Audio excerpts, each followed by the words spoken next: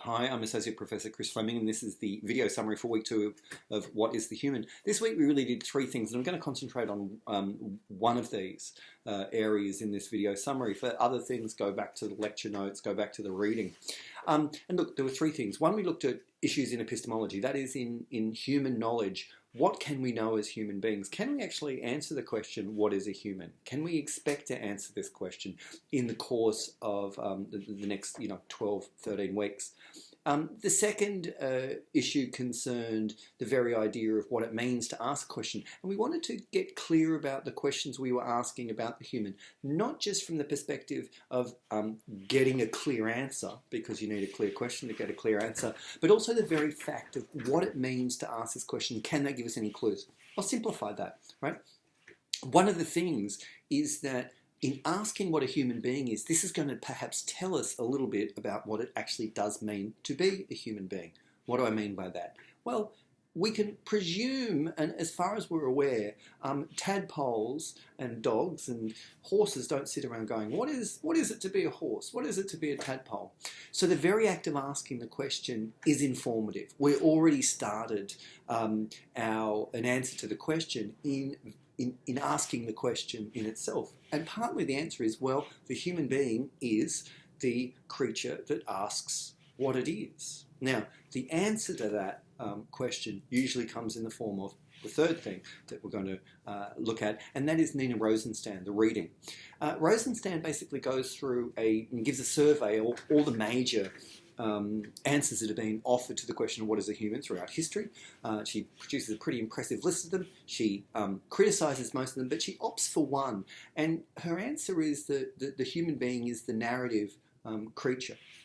The human being is the creature that tells stories about itself, tells stories about the world. So those are 3 things. Now, let's just go through these one by one. Now, the first question is that we have to look at the kind of knowledge that's on offer here. Now, one of the points I made was that the human being is biologically very similar to other creatures, very similar to other organisms. This is very clear that if we want to do medical research, one of the things that we can do is we test medications or certain kinds of procedures on non-human animals. Mice, a very popular choice, poor mice. But what that's going to tell us is that human biology is distinct from other kinds of living animal biology, but it's not so distinct that we couldn't, there's this crossover where we can do medical tests and these kinds of things. Now, if you look at another area, so for instance, if you're trying to develop a new test for reading comprehension, you can't really say, well, we've developed this new test and we're going to test it on mice, right? You can't do it. It doesn't make sense. Now, therein lies a very, very important distinction. And that there's something in this distinction that comes to our cognition, our language ability, something the way we think that's going to distinguish human beings in a way. Now, it may be more than that, right?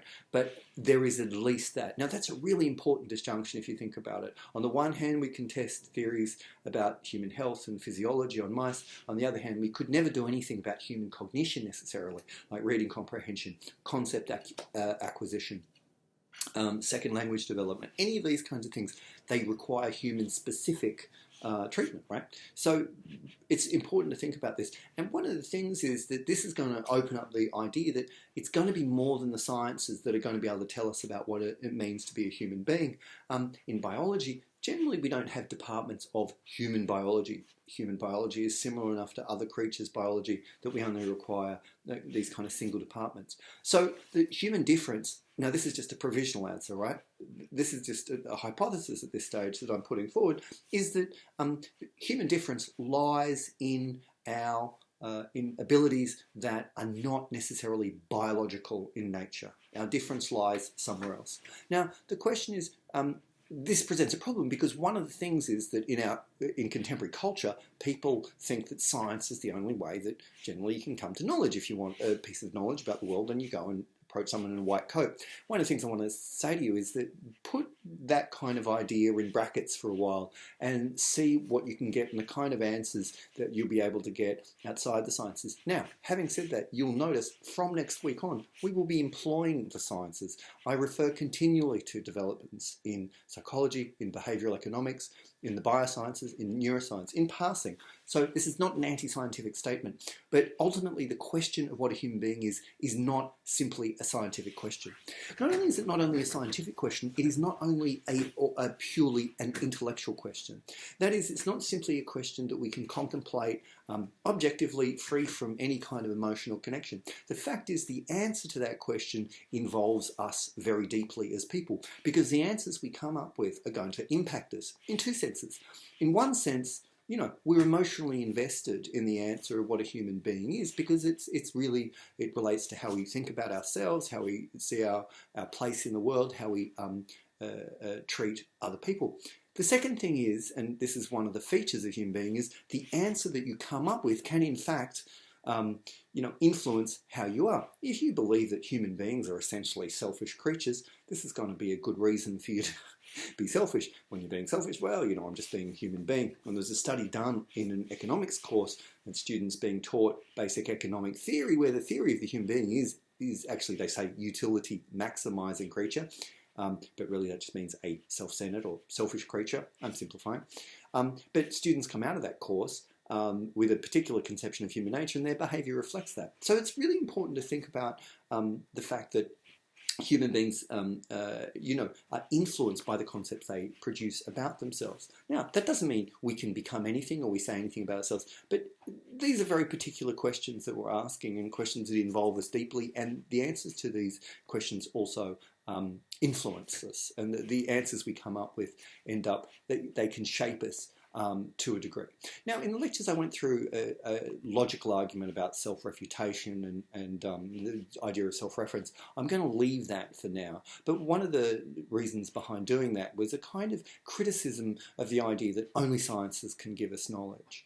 And so later on that logical form will become important in lectures, but if you want to go back to it and go back to the slides and have a look at it, you can. Now, again, the question of what a human is implicit in a lot of the way that we deal in the world, right? That we have assumptions about human beings. We react differently to human beings than we react to other animals. Now, that is not that doesn't necessarily mean we're correct about these things, but it implies that all of us have a view about what humans are and what human nature is. Okay, so then we turn to the Nina Rosenstand reading, and she comes up with a whole series, a pretty good summary of the ideas of what human beings have been throughout the centuries, produced mostly by philosophers, the political animal, the social animal, the religious animal, the lying animal, the featherless biped, one of the weirder ones.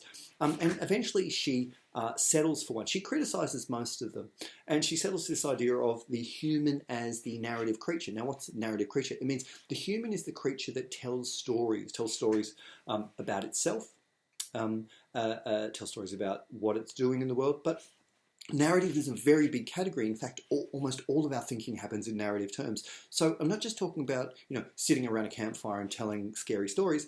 What it means to be a narrative being is that most of our forms of explanation are in this term, right? So when you look at cosmology, once upon a time there was a big bang, then this happened, then the planet cooled, and then there were these warm little ponds and creatures grew out of them and so on. So most of our thinking operates in narrative terms and thinking about ourselves. So this is basically Rosenstand's view. She derives this view from two major thinkers, Paul Ricoeur, a French philosopher, and Alasdair MacIntyre, a Scottish, I think, American-based philosopher, both of whom in different ways have examined the human being as a narrative creature.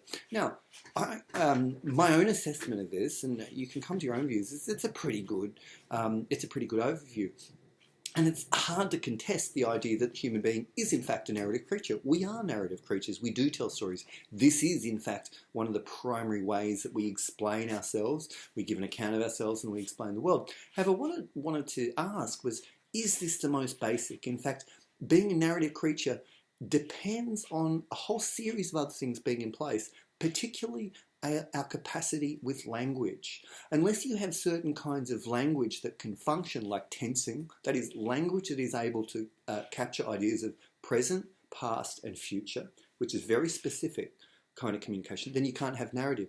So what I really wanted to say was that, and again, you're not obliged to agree with me or Rosenstand, but is that the idea is, yes, we are narrative creatures, but we can go more basic than this. And in fact, to understand the idea that we're narrative creatures, we've got to step back and have a look at what actually makes that possible. Now, that's where we're going to head to next week. And the simple answer to that is symbolic reference, which is a human language, human communication. Human language is a very, very specific form of communication that we have in distinction from non-human animals. Now, Rosenstand wants to argue with that point.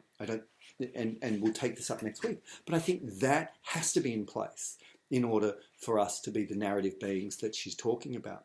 But that's where we're going to be heading to, and looking at the way the relationship between human thought and human language and human communication. These are really distinct and really important things to think about when it comes to contemplating what a human being is. The end. So I'll finish there, and looking forward to getting stuck into next week's material. So take care, and bye for now.